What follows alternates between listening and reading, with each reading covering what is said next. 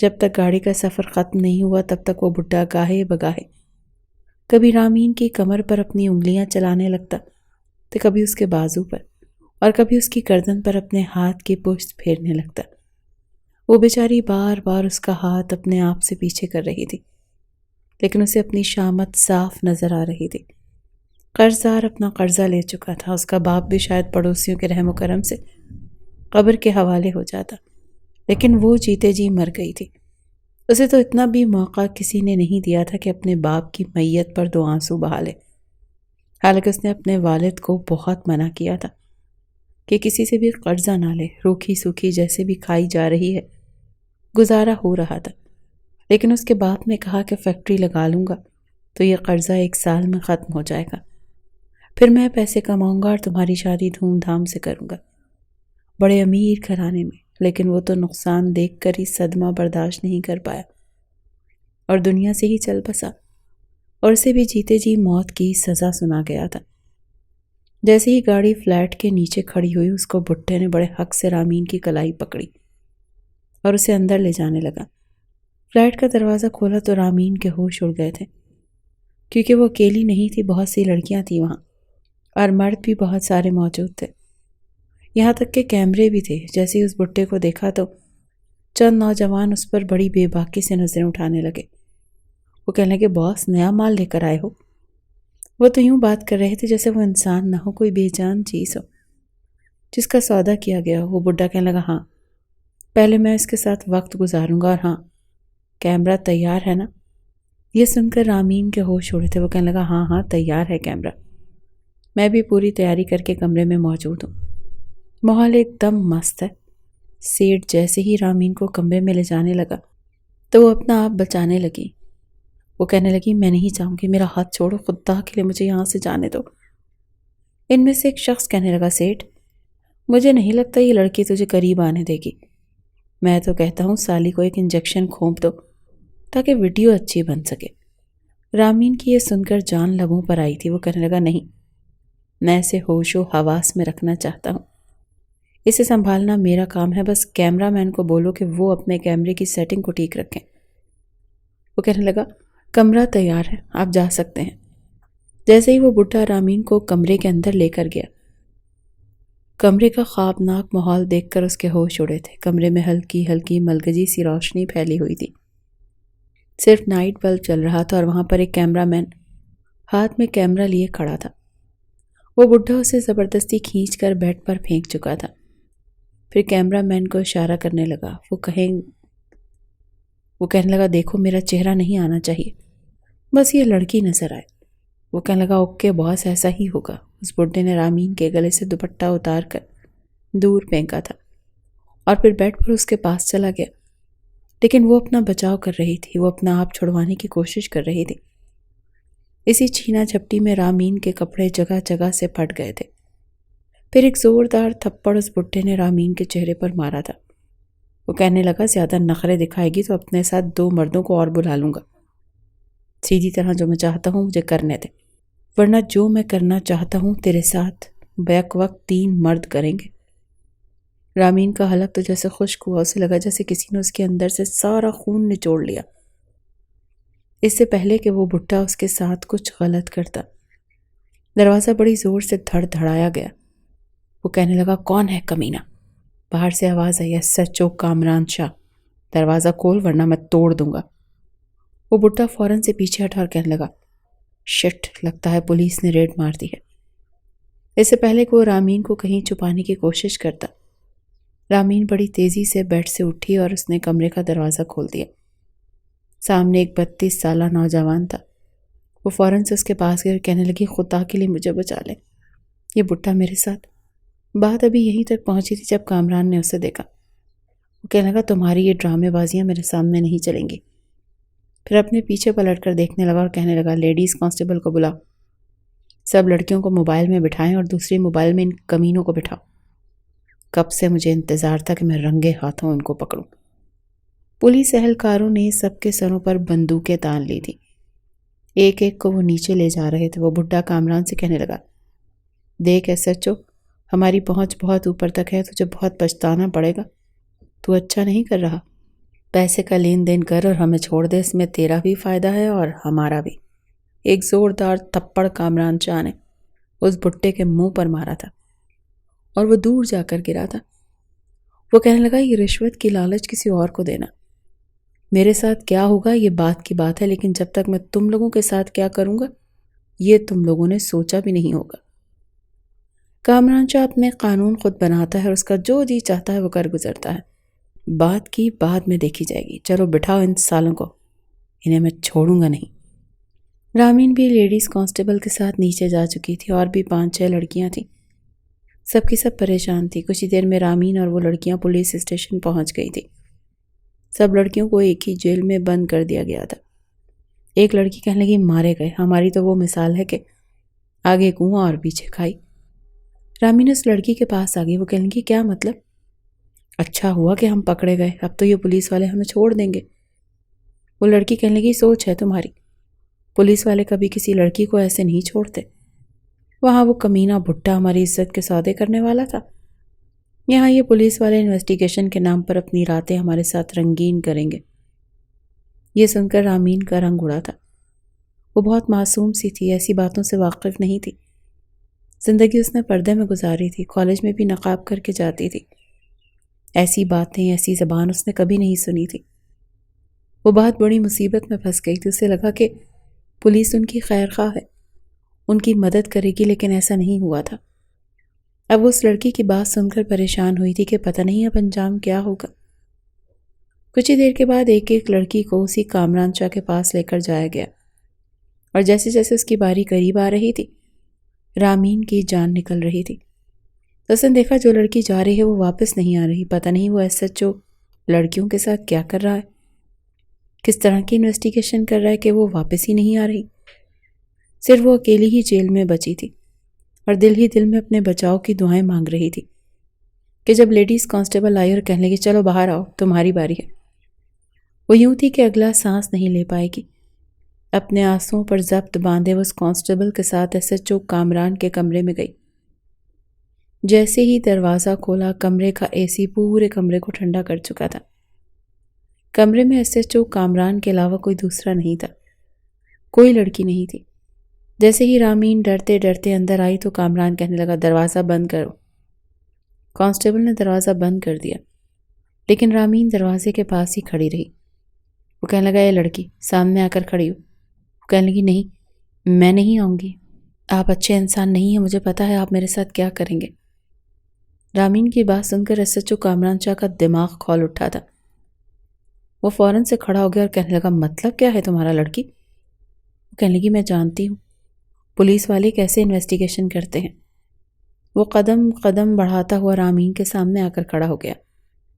کہنے لگا، اچھا کیسے کرتے ہیں، ذرا مجھے بھی تو پتہ چلے۔ وہ کہنے لگی، دیکھیں آپ میرے قریب مت آئیں، مجھ سے دور رہیں، مجھے پتہ ہے آپ اپنی شرٹ کے بٹن کھولیں گے پھر اپنی شرٹ اتاریں گے۔ یہ کہتے کہتے وہ چپ ہوئی۔ کامران کا خون کھول کر رہ گیا۔ وہ کہنے لگا، اچھا۔ یہ کہتے ہوئے اس نے دروازے کو لاک کیا اور اپنے بٹن کھولنے شروع کیے۔ وہ کہنے لگا، بتاؤ پھر کیا کروں گا میں؟ رامین کہنے لگی، میں ابھی اس نے یہی کہا تھا جب SHO کامران نے اس کا بازو پکڑا اور اسے دیوار کے ساتھ لگا دیا۔ وہ کہنے لگا، بتاؤ کیسے انویسٹیگیشن کرتے ہیں پولیس والے، مجھے بھی تو پتہ چلے کہ تمہارے دماغ میں ایسا کون سا خناس بھرا ہے۔ تم جیسی کریکٹر لیس لڑکیوں کو میں اچھے طریقے سے جانتا ہوں، شریف بننے کا ناٹک کرتی ہیں، سمجھتی ہیں کہ پولیس والوں کو اپنا آدھا ادھورا وجود دکھا کر ان کے ساتھ وقت گزار کر اپنی بات منوا لیں گی۔ دیکھو میں ایسے پولیس والوں میں سے نہیں ہوں۔ وہ بڑے غصے سے رامین سے بات کر رہا تھا، اس کی آنکھوں میں تو جیسے خون اترا ہوا تھا۔ وہ کہنے لگی، آپ جھوٹ بول رہے ہیں، مجھے اس لڑکی نے بتایا تھا کہ آپ پولیس والے کیا کرتے ہیں لڑکیوں کے ساتھ۔ وہ کہنے لگا، کون سی لڑکی نے؟ وہ کہنے لگی، وہ جو مجھ سے پہلے آئی تھی۔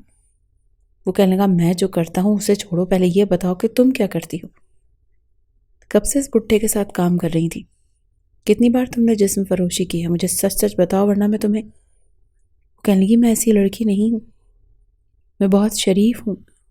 SHO کامران استحصائیہ مسکرایا۔ وہ کہنے لگا، ہاں تمہاری شرافت مجھے نظر آ رہی ہے، جگہ جگہ سے پھٹے ہوئے تمہارے کپڑے، تمہارا یہ تنگ اور چست لباس، تمہارے کھلے بال، تمہاری شرافت اور تمہارے کریکٹر کا اچھے سے ثبوت دے رہے ہیں۔ اور پھر تمہیں یہ بھی پتا ہے کہ پولیس والے انویسٹیگیشن کیسے کرتے ہیں۔ کہو تو تمہارا یہ خواب میں پورا کر دیتا ہوں، تمہارے ساتھ ایسے ہی انویسٹیگیشن کرتا ہوں جیسا تم چاہتی ہو۔ یہ کہتے ہوئے وہ آگے بڑھا، پھر کہنے لگا، سچ بتا رہی ہوں، یا پھر میں باقی کی شرٹ کے بٹن بھی کھول دوں۔ رامین کہنے لگی، دیکھیں میں ایسی لڑکی نہیں ہوں، میں آپ سے سچ کہہ رہی ہوں، مجھے اس بڈھے نے 70 لاکھ میں۔ یہ کہتے ہوئے وہ رونے لگی۔ وہ کہنے لگا، اچھا تو تمہیں خرید کر لایا ہے وہ کمینہ؟ کس کوٹھے سے خریدا اس نے تمہیں؟ کہاں تمہیں بیچنے جا رہا تھا؟ دیکھو لڑکی، مجھے سب کچھ سچ سچ بتا دو، میں تمہیں چھوڑ دوں گا۔ پچھلی 5 لڑکیوں کو بھی میں چھوڑ چکا ہوں کیونکہ انہوں نے سچ بتایا تھا۔ رامین اسے کیا بتاتی، اسے تو خود بھی کچھ نہیں پتا تھا۔ وہ کہنے لگی، مجھے کچھ نہیں پتا، میں کچھ نہیں جانتی، میں آپ سے سچ کہہ رہی ہوں، مجھے تو ابھی یہ بڈھا لے کر آیا تھا۔ شکر ہے کہ آپ آ گئے، میں نے تو شکر کیا کہ پولیس آ گئی، اب میں محفوظ ہوں۔ لیکن اس لڑکی نے کہا کہ آپ لوگ بھی برے ہوتے ہیں۔ میں سچ کہہ رہی ہوں، وہ کہنے لگا، چھوٹی ہو تم، اپنی ادائیں دکھا کر مجھے بیوقوف بنانے کی کوشش کر رہی ہو، میں تمہیں نہیں چھوڑوں گا۔ ابھی وہ بات کر ہی رہا تھا جب دروازے پر دستک ہوئی۔ ایس ایچ او کامران نے شرٹ کے بٹن بند کیے اور دروازہ کھولا۔ سامنے ایک پولیس والا کھڑا تھا۔ وہ کہنے لگا، سر اوپر سے فون آیا ہے، آئی جی صاحب کہہ رہے ہیں کہ سب کو چھوڑ دو ورنہ اچھا نہیں ہوگا۔ کامران کہنے لگا، یہ جو اوپر کے فون ہے نا، ان سے میں بڑا تنگ آ چکا ہوں، میں نہیں چھوڑوں گا، اس بھٹے کو تو بالکل نہیں چھوڑوں گا۔ پھر کہنے لگا، اے لڑکی، جتنی جلدی ہو سکے بھاگ جاؤ یہاں سے اور اپنے آپ کو گناہوں سے دور رکھو۔ رامین فوراً سے باہر آئی تھی، لیکن جیسے ہی پولیس اسٹیشن سے باہر نکلی تو اسے سمجھ نہیں آ رہا تھا کہ کہاں جائے، ایسا کون سا راستہ اختیار کرے جہاں اس کی عزت محفوظ رہ سکے۔ اسے کچھ پتہ نہیں تھا۔ کچھ دیر بعد کامران بھی باہر آ گیا۔ وہ اپنی موبائل میں بیٹھ رہا تھا جب اس کی نظر رامین پر پڑی۔ وہ کہنے لگا، تم ابھی تک نہیں گئی؟ وہ کہنے لگی، میرا کوئی نہیں ہے، میں کہاں جاؤں، آپ مجھے کہیں بھی چھوڑ دیں۔ وہ کہنے لگا، اس وقت تو میں گھر جا رہا ہوں، ویسے بھی رات بہت ہو چکی ہے، ایسا کرو تم میرے ساتھ میرے گھر چلو، صبح میں تمہیں دارالامان پہنچا دوں گا۔ وہ جلدی سے موبائل کا فرنٹ ڈور کھول کر بیٹھ گئی۔ کامران اسے اپنے گھر پر لے گیا۔ جب وہ گھر پہنچا تو رات کے 3 بج چکے تھے۔ اس کی والدہ بھی سو رہی تھی۔ اس کے گھر میں بس 2 کمرے تھے اور ایک ڈائننگ روم اور ڈرائنگ روم۔ اس کی اماں تالا لگا کر رکھتی تھیں، جب کوئی مہمان آئے تبھی اسے بٹھایا جائے گا۔ اب صرف 2 کمرے تھے۔ اپنی والدہ کے کمرے میں اس لڑکی کو بھیجنا نہیں چاہتا تھا، اسی لیے اپنے کمرے میں لے گیا۔ یہ دیکھ کر رامین کچھ گھبرائی۔ وہ کہنے لگی، آپ مجھے اپنے کمرے میں کیوں لائے ہیں؟ وہ کہنے لگا، زیادہ چپڑ چپڑ بولنے کی ضرورت نہیں ہے، یہاں کاؤچ پر لیٹ جاؤ، صبح ہوتے ہی میں تمہیں دارالامان میں چھوڑ دوں گا۔ یہ چند گھنٹے ہیں تمہارے پاس، اپنی والدہ کے اٹھنے سے پہلے مجھے تمہیں دارالامان بھی چھوڑنا ہے۔ میرے سر میں درد نہ ہوتی تو تمہیں ابھی چھوڑ کر آتا۔ 1 ہفتے سے میں دن رات کام کر رہا ہوں، اب جب کہ میں اپنے مشن میں کامیاب ہو گیا ہوں تو آئی جی صاحب کو یاد آ گیا، پتہ نہیں یہ لوگ کب ہمارے ہاتھوں کو آزاد کریں گے اور کب ہم لوگ ایسے لوگوں کو اور ایسی برائیوں کو ختم کریں گے۔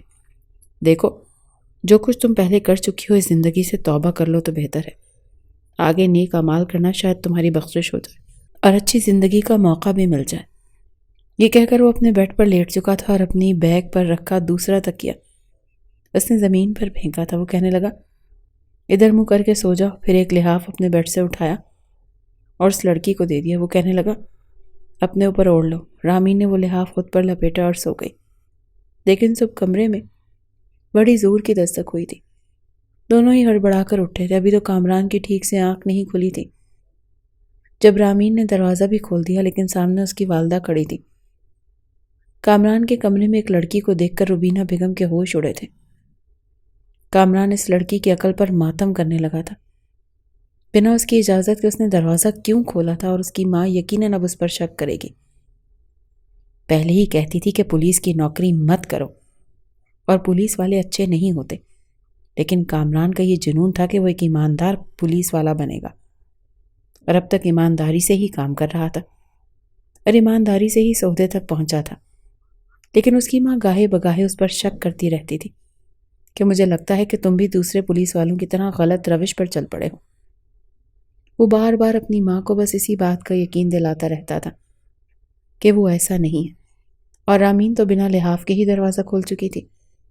جگہ جگہ سے اس کے کپڑے پھٹے ہوئے تھے اور اس کی بازوں پر، گردن پر ناخنوں کی کھروچوں کے نشان تھے۔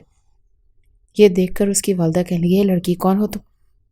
وہ کہنے لگی، کامران، تم اتنے بے غیرت ہو چکے ہو کہ رات گزارنے کے لیے لڑکی کو گھر تک لے آئے۔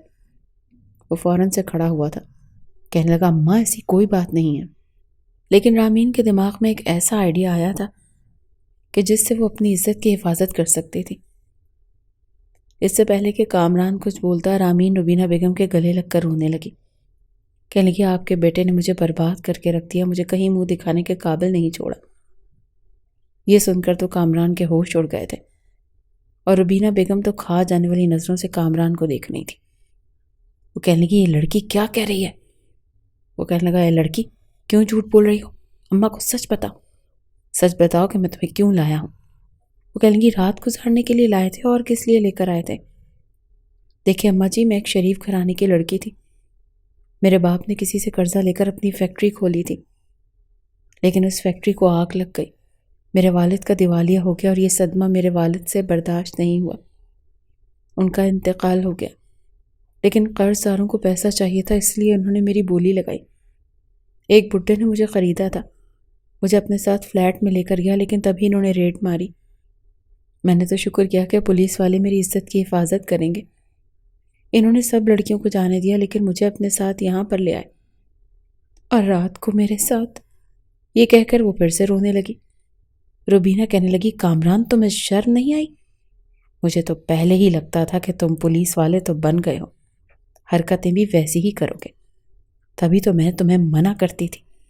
وہ کہنے لگا، ماں، یہ لڑکی جھوٹ بول رہی ہے، یہ خود کریکٹر لیس ہے، جھوٹی لڑکی ہے، میں نے اسے ہاتھ تک نہیں لگایا، میں صرف اسے بچا کر لایا ہوں تاکہ اسے دارالامان چھوڑ سکوں۔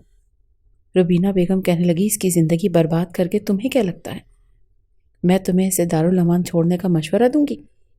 میں تمہارا ابھی اسی لڑکی سے نکاح کرواؤں گی جس کو تم نے برباد کیا ہے۔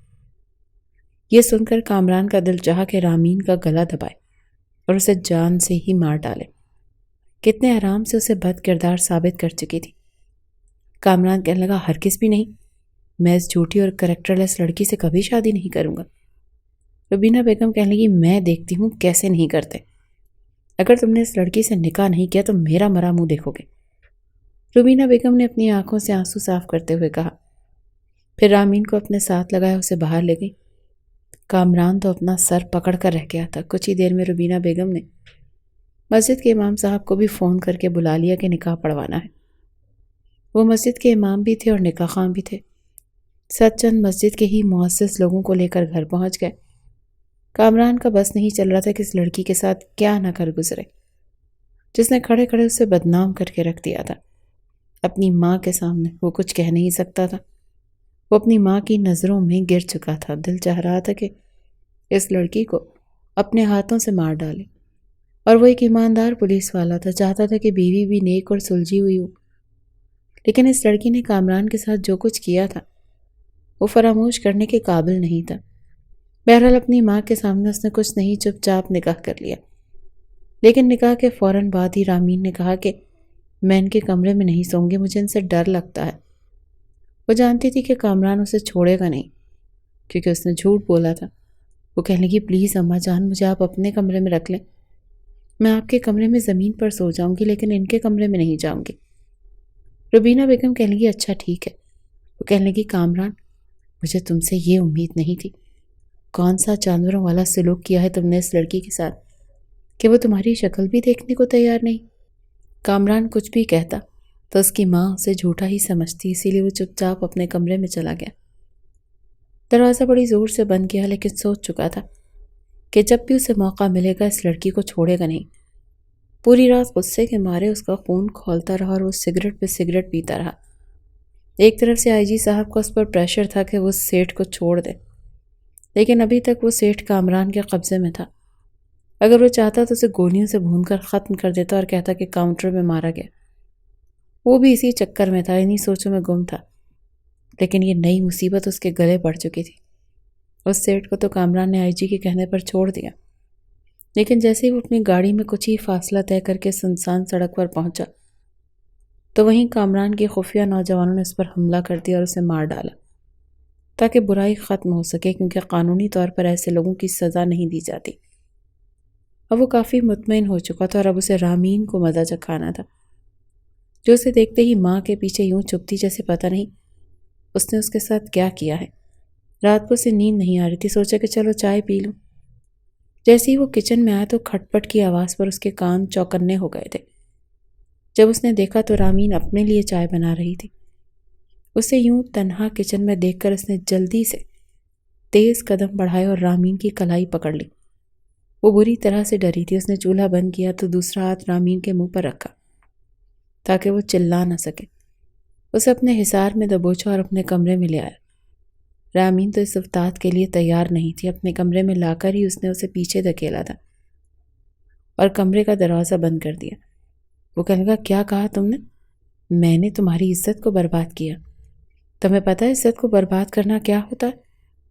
دوسروں پر الزام لگانا کیا ہوتا ہے؟ وہ کہنے لگی، پلیز پہلے میری بات سن لیں۔ وہ کہنے لگا، نہیں، پہلے تمہیں برباد کروں گا، تمہیں بتاؤں گا کہ برباد ہونا کیسا ہوتا ہے، پھر تمہاری بات سنوں گا۔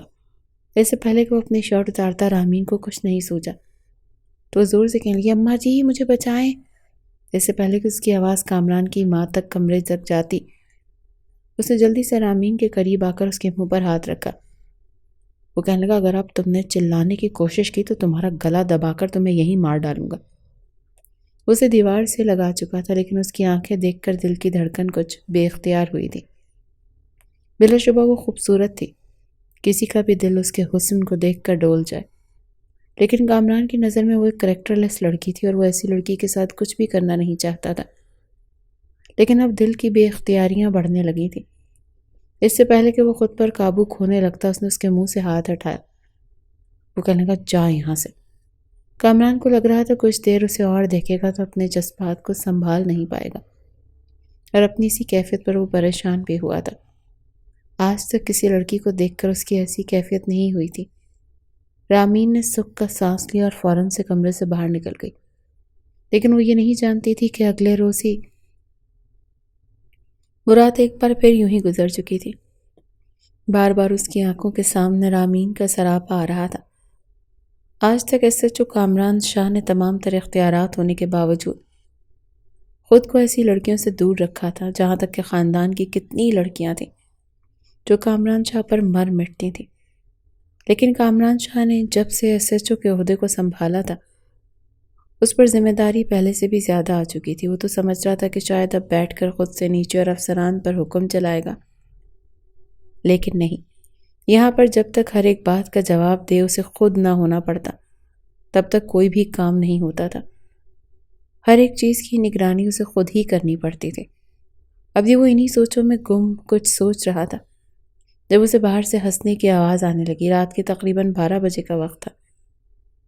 رات 12 بجے اسے اپنی ماں کے ہنسنے کی آواز آئی۔ وہ حیران رہ گیا، جلدی سے اپنے کمرے سے اٹھ کر باہر آیا۔ تو سامنے کا منظر اس کی سوچ کے برعکس تھا، کیونکہ سامنے اس کی ماں صحن میں یوں بیٹھی ہنس ہنس کر باتیں کر رہی تھی جیسے یہ رات کے 12 نہ ہوں بلکہ دوپہر کے 12 ہوں۔ آخر وہ بات کس سے کر رہی تھی؟ پورے گھر میں بریانی کی بڑی اچھی خوشبو پھیلی ہوئی تھی۔ جیسے ہی انہوں نے کمرے سے کامران کو نکلتے ہوئے دیکھا تو خوشگوار حیرت سے مسکرائیں اور کہنے لگی، ارے بیٹا دیکھو تو صحیح، میری شہزادی بہو کو اتنے مان سے میرے لیے بریانی بنا رہی ہے۔ آج مجھے نیند نہیں آ رہی تھی، میں نے اس لڑکی سے کہا کہ میرا اس وقت پتہ نہیں کیوں بریانی کھانے کو جی چاہتا ہے۔ اس نے فوراً اٹھ کر بریانی بنانا شروع کر دی۔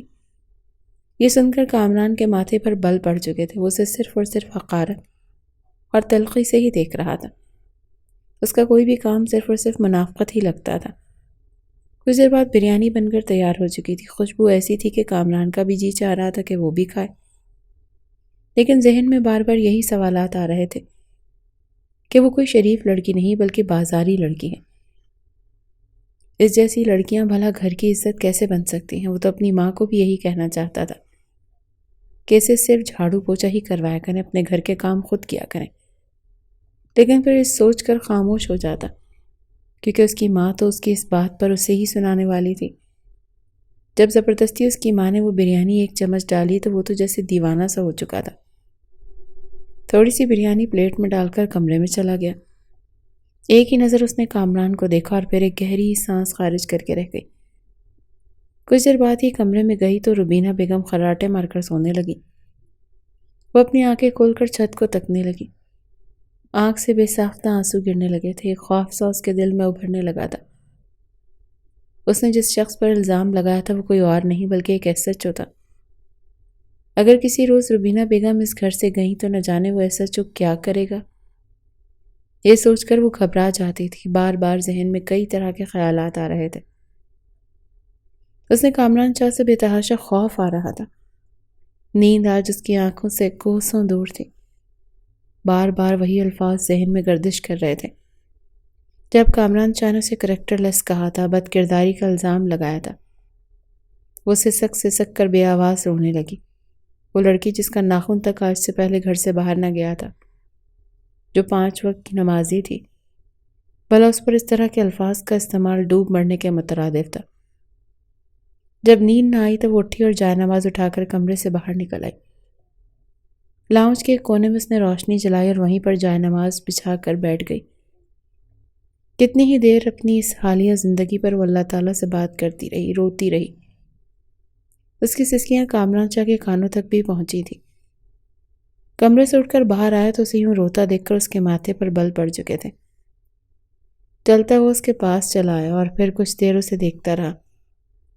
جیسے وہ نماز سے فارغ ہو کر اٹھی تو دونوں ہاتھ سینے پر باندھ کر کہنے لگا، کس بات کی معافی مانگ رہی ہو تم؟ اس بات کی کہ ایک شریف لڑکے کو تم نے بڑے اچھے سے پھنسا لیا۔ کامران شاہ تم جیسی بد کردار گھری ہوئی نیچ لڑکی کو کبھی بھی اپنی بیوی نہیں بنا سکتا، جس سے ہر مرد چک چکا ہو، وہ مرد جو جگہ جگہ منہ مارتے ہوں۔ انہوں نے نہ جانے کیسی کیسی نظریں تمہارے وجود کے قد و خال پر ماری ہوں گی، نہ جانے کیا کیا غلیظ حرکتیں کی ہوں گی۔ کیا تم جانتی ہو کہ کامران شاہ کا معیار کیا ہے؟ تم جیسی گھٹیا لڑکی بھلا کامران شاہ کی عزت بننے کے لائق بھی تھی؟ فکر مت کرو، بہت جلد تمہیں میں اس گھر سے چلتا کروں گا، لیکن اس سے پہلے تمہیں اس قدر اذیتوں کا شکار بناؤں گا کہ تم چاہ کر بھی کسی کو منہ دکھانے کے لائق نہیں رہو گی۔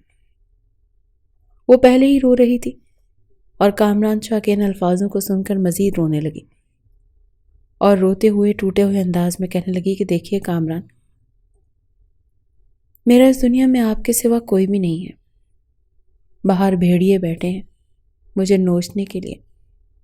میں نے آپ کی ماں کو جو حقیقت بتائی وہی سچ ہے، وہ جھوٹ نہیں تھا۔ میرے باپ نے سچ میں فیکٹری کے نام پر پیسے لگائے تھے، جس کے بعد میری بولیاں لگتی رہیں۔ لیکن کامران طنزیہ انداز میں ہنس کر اس کے قریب آنے لگا، لیکن اگلے ہی پل اسے وہیں اسی حالت میں چھوڑ کر وہ اپنے کمرے میں چلا گیا۔ اسے اس وقت اس لڑکی پر شدید غصہ آ رہا تھا۔ چند روز جو ہی گزر گئے، کامران ایک خاص مشن میں مصروف ہو چکا تھا۔ اس دوران ان دونوں ساس بہو کی جوڑی پہلے سے بھی زیادہ مضبوط ہو چکی تھی۔ ایک صبح کامران شاہ کی کال آئی تو سن کر روبینہ بیگم کے چہرے پر خفگی کے تاثرات آ گئے۔ جب رامین نے دیکھا تو پوچھنے لگی، آنٹی سب خیریت تو ہے؟ وہ کہنے لگی، بیٹا دعا کرو، میرے بیٹے نے آج سے پہلے مجھے کبھی بھی نہیں کہا کہ دعا کرنا میرے یہ مشن کامیاب ہو جائے۔ یقیناً بہت سخت معاملات ہیں، وہ بہت بڑے گروہ کو پکڑنے والا ہوگا، دعا کرو کہ سب خیر ہو۔ روبینہ بیگم کو پریشان دیکھ کر رامین بھی پریشان ہو چکی تھی۔ دل ہی دل میں دعا کرنے لگی کہ کامران کو کچھ بھی نہ ہو، وہ پہلے کی طرح اپنے اس مشن میں بھی کامیاب ہو کر لوٹے۔ لیکن دن سے رات ہو چکی تھی، ابھی تک کامران کی طرف سے کوئی فون نہیں آیا تھا۔ بیٹی کی طرف سے اطلاع نہ ملنے پر روبینہ بیگم کا دل بیٹھنے لگا، ان کا بلڈ پریشر لو ہونے لگا، وہ کافی پریشان ہو چکی تھی۔ لیکن وہی ہوا جس کا ڈر تھا۔ کچھ دیر بعد پولیس محکمے سے کال آئی کہ کامران شاہ کو گولی لگ چکی ہے۔ یہ سن کر روبینہ بیگم تو بے ہوش ہو چکی تھی۔ رامین کو تو کچھ سمجھ ہی نہیں آ رہی تھی کہ کیا کرے۔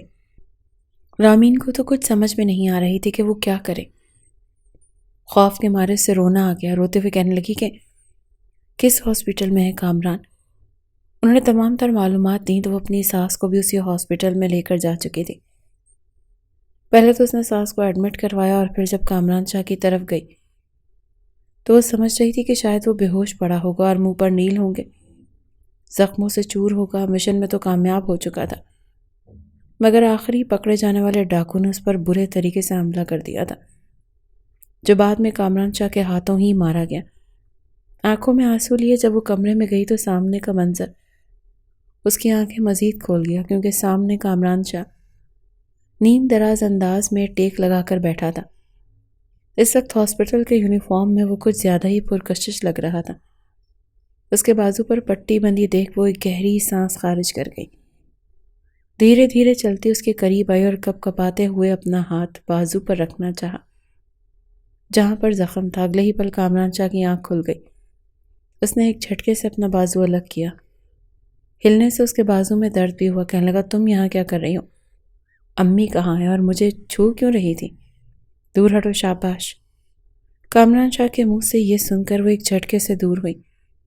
کپ کپاتی ہوئی آواز میں کہنے لگی، آپ ٹھیک تو ہیں نا؟ آپ کو زیادہ درد تو نہیں ہو رہا؟ وہ پولیس والے بھائی تو کہہ رہے تھے کہ آپ کو 3 گولیاں لگی ہیں، کاندھے پر، بازو پر 2، ایک ساتھ۔ وہ بچوں کی طرح منہ بنا کر روتے ہوئے بول رہی تھی، اور کامران شاہ اسے حیرت سے دیکھ کر کہہ رہا تھا، گولیاں مجھے لگی ہیں، تم کیوں رو رہی ہو بلا وجہ؟ میرے سامنے یہ ہمدردیاں بٹورنے کی ضرورت نہیں سمجھی؟ امی کو تو کچھ نہیں بتایا، امی ٹھیک ہے نا؟ وہ فکر مندی سے پوچھنے لگا تو آنکھوں میں آنسو صاف کر کے کہنے لگی، ٹھیک ہیں، وہ ساتھ والے روم میں ایڈمٹ ہیں، انہوں نے ہی آپ کی گولی لگنے کی خبر سنی تھی، کافی پریشان ہیں۔ یہ سن کر تو کامران شاہ نے فوراً اپنے بازو پر لگی ہوئی ڈرپ کو ایک جھٹکے سے اتارا۔ ڈرپ کی دوا اور خون ایک ساتھ فوارہ بن کر باہر نکلا تھا۔ کامران کے سوالانہ انداز پر تو رامین ہڑبڑا چکی تھی۔ وہ فوراً اپنی ماں کے پاس گیا، بھلے ہی تکلیف میں تھا، درد میں تھا، لیکن اپنی ماں کو کہنے لگا کہ مجھے کچھ بھی نہیں ہوا، گولی تو صرف بازو کو چھو کر گزری ہے، میں بالکل ٹھیک ہوں۔ روبینہ نے جب اسے اپنے سامنے دیکھا تو روتے ہوئے اپنے بیٹے کو گلے لگا لیا۔ ڈاکٹر نے اسے 2 دن ہاسپٹل میں رہنے کو کہا تھا، لیکن اپنی ماں کی خاطر وہ گھر آ گیا تاکہ وہ پریشان نہ ہو۔ اپنی ماں کے سامنے خود کو ٹھیک دکھاتے ہوئے وہ شدید کمزوری کا شکار ہو چکا تھا۔ کچھ دیر اپنی ماں کے ساتھ رہا، مگر جیسے ہی اپنے کمرے میں آیا تو اچانک اس کے قدم لڑکھڑانے لگے۔ رامین نے آگے بڑھ کر فوراً بازو پکڑا تھا۔ اس کا وجود اس وقت آگ کی طرح جھلس رہا تھا۔ وہ اسے بازو سے پکڑ کر کمرے میں لے جانے لگی تو کہنے لگا، چھوڑو مجھے کوئی ضرورت نہیں ہے ہاتھ لگانے کی۔ شاید دوا کا بھی اثر تھا اور کچھ بخار کی وجہ سے منہ ہی منہ میں بڑبڑانے لگا۔ کہنے لگا، تم جیسی لڑکی مجھے چھونے کا حق نہیں رکھتی، تم گندی ہو، بری ہو، میں تم جیسی لڑکیوں پر تھوکنا بھی پسند نہیں کرتا۔ وہ مسلسل بولے جا رہا تھا۔ جب اس نے اپنے کردار پر یہ الفاظ سنے تو اس نے کامران کو جھٹک دیا اور غصے میں کہنے لگی، بس بہت بول دیا آپ نے، آپ کو شرم نہیں آتی کہ آپ میں انسانیت موجود نہیں ہے؟ جب ایک لڑکی بار بار آپ کو بول کر حقیقت بتا رہی ہے تو آپ کو سمجھ نہیں آتا؟ لیکن کامران کو اس کے جواب دینے کی ہمت موجود نہیں تھی۔ وہیں بیڈ پر گر چکا تھا، بخار کی حالت میں، جوتوں سمیت، اور بازو بیڈ پر لگنے کی وجہ سے پٹی سے ہلکا ہلکا خون بھی رسنے لگا تھا۔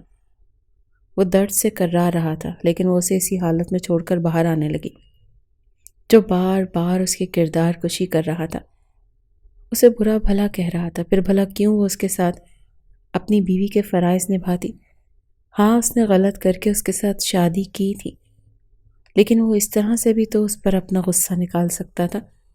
بار بار اس کی پاک دامنی پر ہی سوال کیوں اٹھاتا تھا؟ وہ کمرے سے باہر آ گئی اور دروازہ دھڑلے سے بند کر کے دوسرے کمرے میں جا کر لیٹ گئی۔ لیکن مسلسل کراہنے کی آواز سن کر اس کا ضمیر اسے ہی ملامت کرنے لگا کہ رامین، وہ تمہارا شوہر ہے، حقیقت سے انجان ہے، تمہیں ایسا نہیں کرنا چاہیے۔ وہ شخص بخار میں تڑپ رہا ہے، اگر یہ نہ ہوتا تو تمہارے ساتھ کیا ہوتا؟ اس کی ماں نے تمہیں اتنی عزت دی، محبت دی۔ یہ سوچ کر ایک بار پھر وہ اٹھ چکی تھی، چلتے ہوئے کمرے میں آئی، دیکھا تو پٹی پوری خون سے بھر چکی تھی۔ اب ہلکا ہلکا خون بیڈ پر بھی رسنے لگا تھا۔ وہ جلدی سے اس کے پاس آئی، سب سے پہلے تو زخم کی ڈریسنگ کی، اس کے بعد ٹھنڈے پانی کی پٹیاں اس کے ماتھے پر رکھنے لگی، مگر کہیں بھی کامران کو سکون نہیں آ رہا تھا۔ اس کا وجود بخار میں جھلس رہا تھا۔ اگلے ہی پل بخار میں اس نے اپنی شرٹ کو اتار کر دور پھینکا۔ وہ شرٹ لیس اس وقت رامین کے سامنے موجود تھا۔ اس کا کثرتی پرکشش بدن دیکھ کر رامین کے چہرے کی ہوائیں اڑنے لگی۔ وہ ابھی بھی برف جیسے ٹھنڈے پانی سے اس کے ماتھے پر پٹیاں رکھ رہی تھی۔ رومال اٹھا کر اس نے جیسے ہی باؤل میں رکھا تو اگلے ہی پل کامران نے آنکھیں بند کیے اس کا ہاتھ پکڑ لیا، اس کے ہاتھوں کو اپنے چہرے پہ رکھنے لگا۔ شاید وہ اس کے ٹھنڈے ہاتھوں سے ٹھنڈک محسوس کرنا چاہتا تھا۔ وہ چپ چاپ اسے دیکھ رہی تھی، جس نے اگلے ہی پل اپنا سر اٹھا کر اس کی گود میں رکھ دیا۔ چہرہ سرخ لال ہو رہا تھا جب وہ رامین کا ہاتھ پکڑے ہوئے ہی اپنی گردن پر مسلنے لگا۔ وہ ہڑبڑا رہی تھی۔ کامران، یہ کیا کر رہے ہیں آپ؟ میرا ہاتھ چھوڑیں، میں آپ کے سر پر پٹی رکھ دیتی ہوں، بتائیں کچھ چاہیے آپ کو؟ آپ کے کھانے کے لیے کچھ لاؤں؟ لیکن وہ تو اس کے ہاتھ کو پکڑ کر اپنے سینے پر لے آیا اور اگلے ہی پل اس کا دوسرا ہاتھ رامین کی کمر پر گردش کرنے لگا۔ وہ خود کو مزید رامین کے قریب کر رہا تھا، یہاں تک کہ اس نے رامین کو کمر سے کھینچ کر اپنے قریب لٹا دیا۔ اس کے زخمی بازو کو دیکھ کر ہڑبڑا سی گئی، کہنے لگی کہ کامران، اپنے بازو کو زیادہ موومنٹ مت کریں، آپ کو درد ہوگا۔ اس وقت آپ کو شدید بخار ہے، کاش آپ اور جھوٹ نہ بولتے اور 2 دن ہاسپٹل میں ہی رہ جاتے۔ وہ گھبرا رہی تھی کہ کہیں کامران کو کچھ ہو نہ جائے، جبکہ کامران اگلے ہی پل اسے اپنے باہوں میں بھر کر اپنا چہرہ اس کی گردن کے قریب رکھے۔ اس کی گرم سانسوں سے خود سرشار کرنے لگی تھی۔ وہ جو خود کو اس سے دور رکھنا چاہتی تھی، دھیرے دھیرے وہ بھی سرشاری میں ڈوبتی چلی گئی۔ اس نے کامران کی گردش کرتی انگلیوں کو اب روکا نہیں تھا، جو بڑی بے تکلفی سے اس کے پورے وجود پر گردش کر رہی تھی، اور وہ ہلکا ہلکا کرراہتا ہوا اس کے وجود میں سکون تلاش کر رہا تھا۔ کچھ دیر بعد ہی اس کا بخار ٹھنڈا پڑا تو وہ وہیں سو چکا تھا، اپنی باہوں میں ہی رامین کو جکڑے۔ اگلی صبح جب کامران کی آنکھ کھلی تو طبیعت قدرے سنبھل چکی تھی۔ اپنے قریب سوئی رامین کو دیکھ کر ایک پل کو اس کی آنکھیں پھٹی کی پھٹی رہ گئیں۔ پہلے تو اسے ایسا لگا کہ شاید یہ خواب ہے، لیکن آنکھیں کھول کر اس نے ایک بار پھر ان مناظر کو دیکھنا چاہا۔ اس کے بال کھلے تھے، چہرے پر تھکان کے آثار تھے، دوپٹہ کہیں دور پڑا تھا اور وہ اس کے دوسرے بازو پر سر رکھ کے بے خبری سے سو رہی تھی۔ کامران شاہ کا دل تو بڑے زوروں سے دھڑکنے لگا۔ اگلے ہی پل خود ہی اس نے اپنا ہاتھ اس کے چہرے پر کیا اور اس کے چہرے پر پھیلے ہوئے بالوں کو ہٹا کر اس کے حسن سے ایک بار پھر سرشار ہونے لگا۔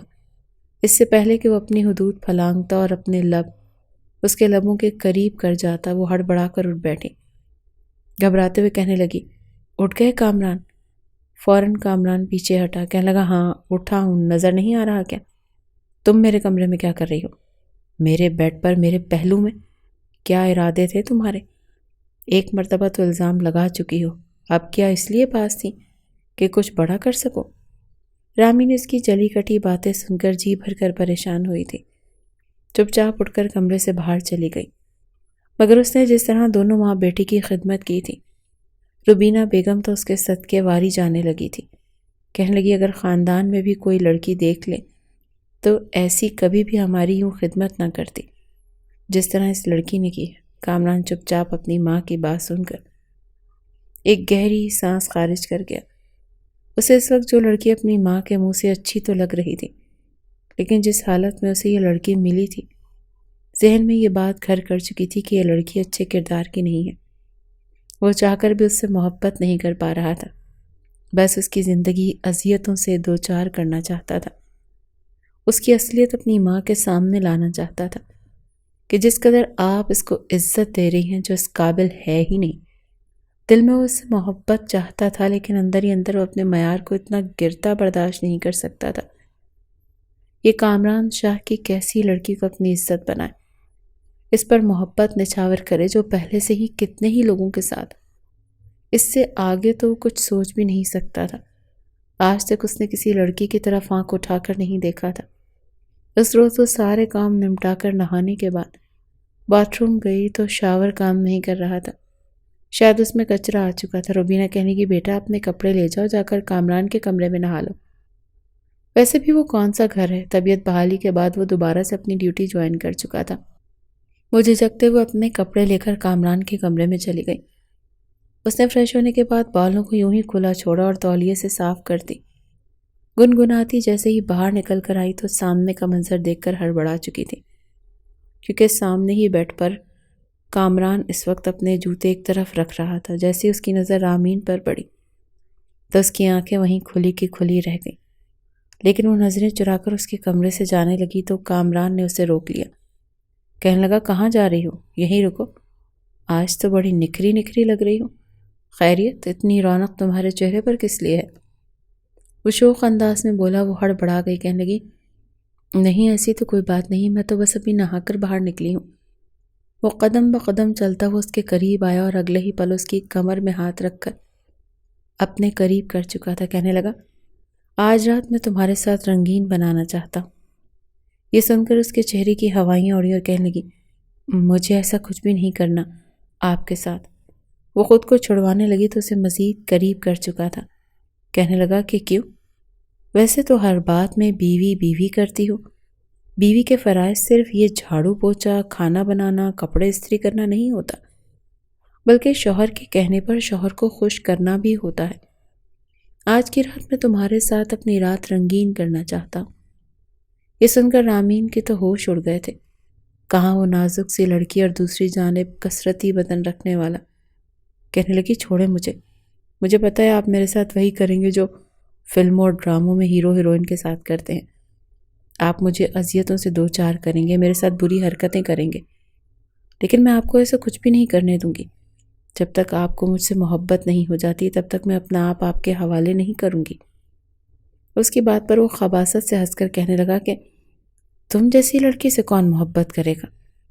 میں تو صرف اور صرف تمہارے ساتھ رات رنگین کرنا چاہتا ہوں، تمہارے ساتھ محبت، اور میں بالکل نہیں۔ اتنے نخرے مت دکھاؤ، جس جگہ سے تمہیں لے کر آیا ہوں نا، وہاں پر تو خوشی سے سب کچھ کر رہی تھی۔ وہ ایک بار پھر اس پر جملے کس رہا تھا، اس سے بیڈ پر گرا چکا تھا۔ ایک جھٹکے سے اس کے وجود سے دوپٹہ جدا کیا تو وہ کانپ گئی۔ کہنے لگی، یہ کیا کر رہے ہیں آپ؟ میں چلاؤں گی اور آپ کی امی کو بلا لوں گی۔ لیکن کامران شاہ نے اس کا وہی دوپٹہ اٹھا کر اس کے منہ میں باندھ دیا۔ وہ اسے تو دوپٹے سے باندھ کر بیڈ کے درمیان گرا چکا تھا۔ وہ بن پانی کی مچھلی کی طرح تڑپ رہی تھی جب کامران شاہ نے اپنی شرٹ کے بٹن کھولنا شروع کر دیے۔ وہ اپنے وجود کو آزاد کرتا اس پر جھکا تھا۔ گھبراہٹ کے مارے اس کی حالت خراب ہو رہی تھی۔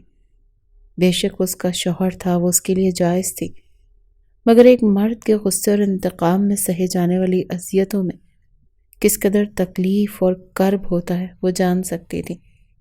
گھبراتے ہوئے روتے ہوئے وہ خود کو چھڑوانے کی کوشش کر رہی تھی، بس اس پر کامران شاہ رحم کر لے، مگر کامران شاہ تو اپنے دانت اس کی گردن پر گاڑنے لگا۔ وہ انتقام دھیرے دھیرے سرشاری میں بھی بدلنے لگا۔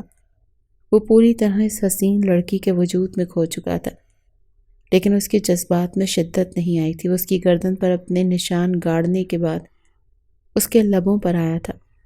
جس قدر ہو سکتا تھا وہ اس پر اپنی شدتیں لٹا رہا تھا، یہاں تک کہ اس کی سانس بند ہونے لگی، رنگت بالکل پیلی پڑنے لگی، وہ ہانپنے لگی۔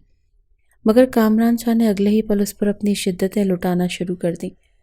وہ چیخ کر اپنے درد کا اندازہ لگانا چاہتی تھی۔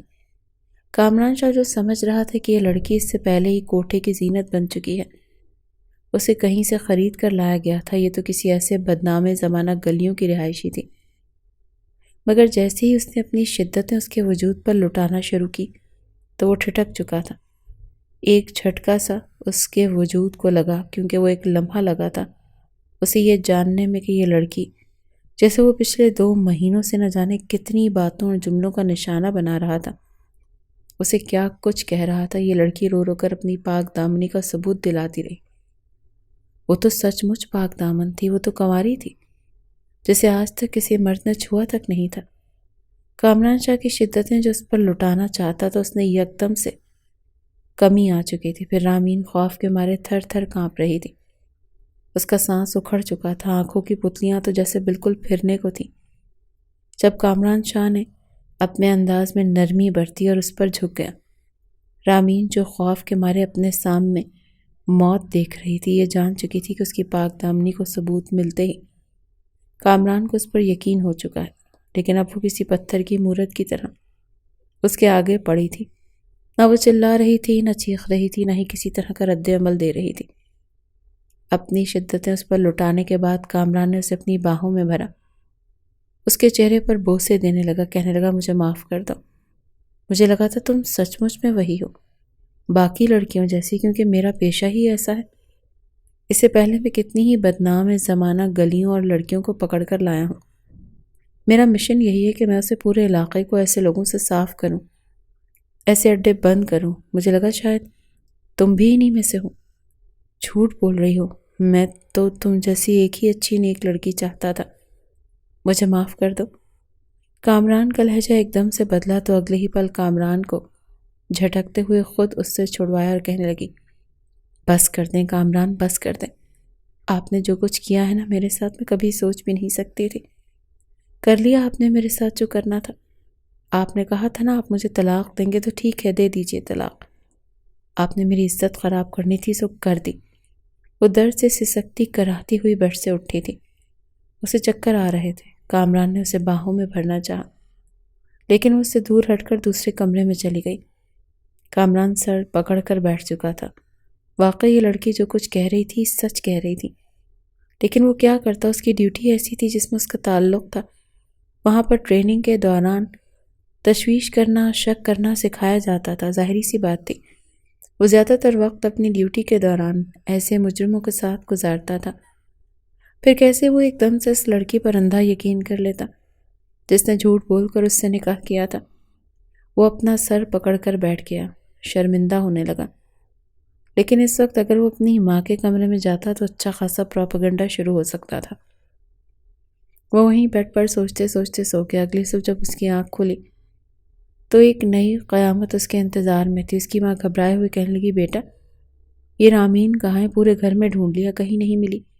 کدھر چلی گئی یہ لڑکی؟ آج سے پہلے تو اس نے گھر سے باہر قدم نہیں نکالا تھا۔ جب سے اس گھر میں آئی ہے جو بھی کام ہو مجھے ہی کہتی ہے۔ کامران کی تو آنکھیں کھلنے لگی تھی۔ تبھی اسے سائڈ ٹیبل پر ایک کاغذ پڑا ہوا ملا جس میں اس نے روبینہ کے لیے پیغام چھوڑا تھا کہ آنٹی میں ہمیشہ ہمیشہ کے لیے آپ کے اور آپ کے بیٹی کی زندگی سے جا رہی ہوں۔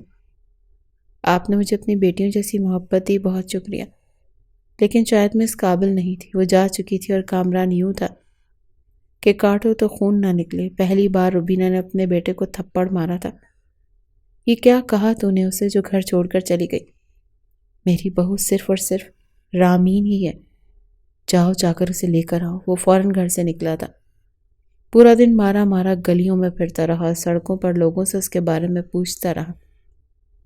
جیسے جیسے اندھیرا پھیل رہا تھا اس کی آنکھوں میں آنسو آ رہے تھے۔ اس نے اپنی فورس کو رامین کو ڈھونڈنے پر لگا دیا۔ آسمان پر بادلوں کو دیکھ کر وہ مزید گھبرا سا گیا۔ بارش تیز ہو چکی تھی جب وہ اپنے گھر کے قریب ایک مقام پر رک کر گاڑی سے باہر نکل آیا۔ ڈپریشن اور ذہنی دباؤ نے اسے اس قدر بے چین کر دیا کہ وہ سڑک پر گر کر رامین کا نام لے کر چلانے لگا۔ رامین جو پاس ہی ایک جانب درخت کے نیچے بیٹھی بھیگ رہی تھی، خود کو چھپا کر بیٹھی تھی کہ کسی درندے کے ہاتھ نہ لگ جائے۔ اس چلانے کی آواز پر اس نے درخت کی اوٹ سے نکل کر دیکھا۔ رو رو کر اس سنسان علاقے میں وہ چلا کر کہتا، رامین کہاں ہو تم؟ پلیز واپس آ جاؤ۔ ساری زندگی بھلے ہی مجھے اپنے قریب مت آنے دینا، لیکن واپس آ جاؤ۔ میں وعدہ کرتا ہوں دوبارہ کبھی تمہیں کچھ نہیں کہوں گا۔ جتنی سزائیں دینی ہیں چاہے انگاروں پر چلاؤ یا کانچ کے ٹکڑوں پر، میں ہر ایک سزا ماننے کو تیار ہوں، لیکن پلیز واپس آ جاؤ۔ رامین نے جب SHO کامران شاہ کو یوں روتے دیکھا تو وہ ہڑبڑا چکی تھی۔ شاید اس کے دل میں رحم تھا۔ وہ چلتے ہوئے جا کر SHO کامران شاہ کے سامنے کھڑی ہو گئی۔